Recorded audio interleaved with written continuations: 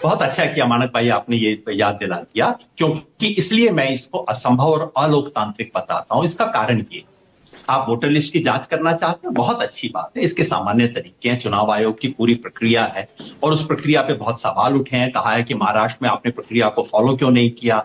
News laundry की report आपने देखी होगी कि कागज पे लिखी गई प्रक्रिया को फॉलो नहीं किया गया। वो सब करने की बजाय जो इनको करना चाहिए था, इन्होंने कहा कि अब सारे मामले को हम नए सिरे से करेंगे। और ये मैं साधारण हिंदी में समझा देता हूं, जो आपने सुंदर अंग्रेजी में पढ़ के सुना दिया है। वो ये है कि अगर आपके घर आया, फॉर्म दे गया, घर में 5 लोग हैं, पांचों के फॉर्म दे दिया, अम्मा जी का नाम, अम्मा जी 60 साल की हैं, उनका नाम 2003 की लिस्ट में भी था, लिस्ट में था, इसलिए उनको फॉर्म उनको भी भरना पड़ेगा। हाँ। और फॉर्म के साथ उनको 2003 की इलेक्टोरल लिस्ट का जीरोक्स कॉपी नथी करना पड़ेगा, जिसमें उनका नाम होगा। हाँ। मान लीजिए अम्मा जी का नाम है। हाँ। तो ठीक है, इतने में उनका काम चल गया, उनको मान लिया जाएगा, उनको कोई और सर्टिफिकेट की जरूरत नहीं। हाँ। लेकिन अगर घर में कोई चाचा थे जिनका किसी भी संयोग से, वो भी उम्र के 55 है, पर संयोग से 2003 की लिस्ट में उनका नाम नहीं था, तो उन्हें अब साबित करना पड़ेगा कि उनको सर्टिफिकेट साथ में नथी करना पड़ेगा। सर्टिफिकेट कौन सी है मैं 1 मिनट में बता दूंगा, पर आप देखिए। नंबर 3, अब घर के अंदर 40 साल की उम्र के छोटे लोग हैं, जो कि 1987 के बाद पैदा हुए, है ना। उन लोगों को क्या करना पड़ेगा? अगर आपकी उम्र 40 से 20 के बीच में है, तो उन्हें क्या करना होगा? जो अगर 40 से ऊपर के लोग हैं, जिनका बाई चांस 2003 में नहीं था, उन्हें केवल अपना साबित करना पड़ेगा कि भाई मैं भारत में पैदा हुआ था। जो 40 से उम्र जिसकी कम है, 40 और 20 के बीच में जिसकी उम्र है, उसको ना सिर्फ अपना सर्टिफिकेट देना पड़ेगा, उसको अपने मां या बाप किसी एक का सर्टिफिकेट भी देना पड़ेगा। और जिसकी उम्र 20 साल से कम है, यानी कि 2004 के बाद जन्म हुआ, उसको अपना सर्टिफिकेट तो देना ही पड़ेगा, अपने मां और पिता दोनों का सर्टिफिकेट देना पड़ेगा। और सर्टिफिकेट क्या देना पड़ेगा मानक भाई? इसको इन्होंने अपेंडिक्स के अंदर दिया है। हाँ। याद रखिए, आधार कार्ड मान्य नहीं होगा। हाँ। ये बहुत इंपॉर्टेंट है जानना। यस। जो 2 आइडेंटिटी कार्ड इस देश के हर व्यक्ति के पास होते हैं, बिहार के 88% लोगों के पास आधार कार्ड है, लेकिन वो मान्य नहीं होगा। एपिक कार्ड मान्य नहीं होगा। तो भाई क्या मान्य होगा? पासपोर्ट मान्य होगा। बिहार के कितने लोगों के पास पासपोर्ट? मैं पढ़ दूं योगेंद्र जी, मैं पढ़ दूं जरा क्या क्या मान्य है।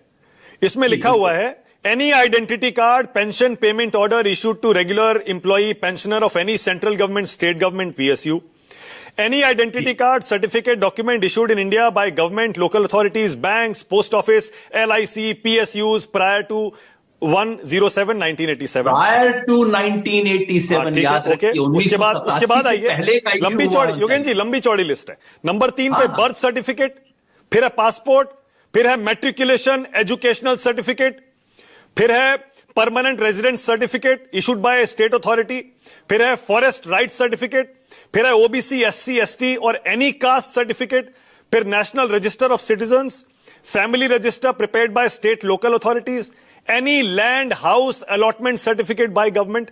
इतनी लंबी चौड़ी लिस्ट है योगेंद्र जी, इसमें कोई ना कोई डॉक्यूमेंट तो मिल ही जाएगा। मानक भाई, किस दुनिया में रहते हैं आप? और मैं आपको बताता हूं, इस लंबी चौड़ी लिस्ट में केवल 3 है जो सामान्य लोगों के पास होते हैं। अगर आप सरकारी कर्मचारी हैं तब तो कोई चक्कर ही नहीं है, ऑफ कोर्स आपके पास सब कुछ होगा। साधारण याद रखिए, बिहार के गांव में जाइए, जहां अम्मा है, जिसका बेटा पंजाब में काम करने गया है, जिसके पति का देहांत हो गया है, जिसकी 2 बेटियां उसके साथ हैं, उसके घर में क्या होगा? 3 सामान्य चीजें हैं। एक बर्थ सर्टिफिकेट, बिहार में 2.8% लोगों के पास बर्थ सर्टिफिकेट था सन 2001 और 2005 के बीच में, जिस समय की हम बात कर रहे हैं। नंबर 2, कास्ट सर्टिफिकेट थोड़ा ज्यादा होता है, बिहार में इस पे सर्वे हो चुका है। एससी में 20% लोगों के पास कास्ट सर्टिफिकेट होता है। ओबीसी में कोई 24% के पास कास्ट सर्टिफिकेट था। जनरल में तो कास्ट सर्टिफिकेट का सवाल ही नहीं होता। कुल मिला के 20% के पास।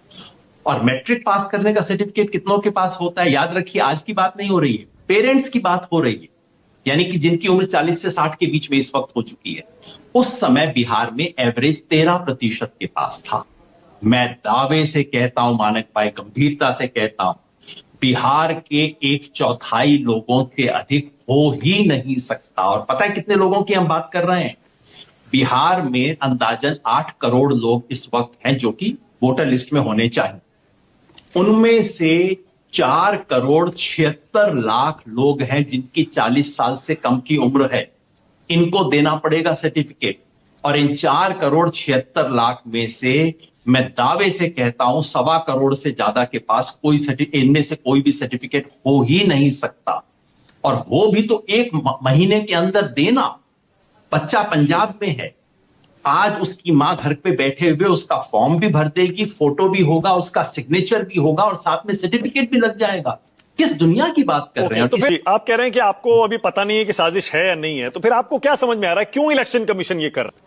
10-15 बार वोटर लिस्ट का इंटेंसिव रिवीजन हो चुका है। उसके बाद से समरी रिवीजन को इतना इंप्रूव कर दिया था कि इंटेंसिव की आवश्यकता नहीं रहती थी, लेकिन कभी भी ओनस वोटर पे नहीं रहा है। क्यों किया गया योगेंद्र जी, आपके हिसाब से क्यों किया गया है? अब ये इलेक्शन कमीशन बताए, इसके परिणाम क्या होंगे मैं केवल 2 बता सकता हूं। इसके 2 ही परिणाम हो सकते हैं। नंबर 1, या तो अफरा तफरी मचेगी और जो गरीब है, जो अप्रवासी है और जो युवा है, उनका एक बहुत बड़ा हिस्सा वोटर बनने से वंचित हो जाएगा। कम से कम 1 करोड़ लोग वोटर बनने से रह जाएंगे। या फिर बिहार का चुनाव पोस्टपोन करना पड़ेगा, क्योंकि 1 महीने के बाद पता लगेगा। आपको याद है आसाम के अंदर एनआरसी में क्या अफरा तफरी मची थी? 1 महीने के बाद त्राही त्राही मच जाएगी, अरे भाई नहीं हो रहा, नहीं हो रहा।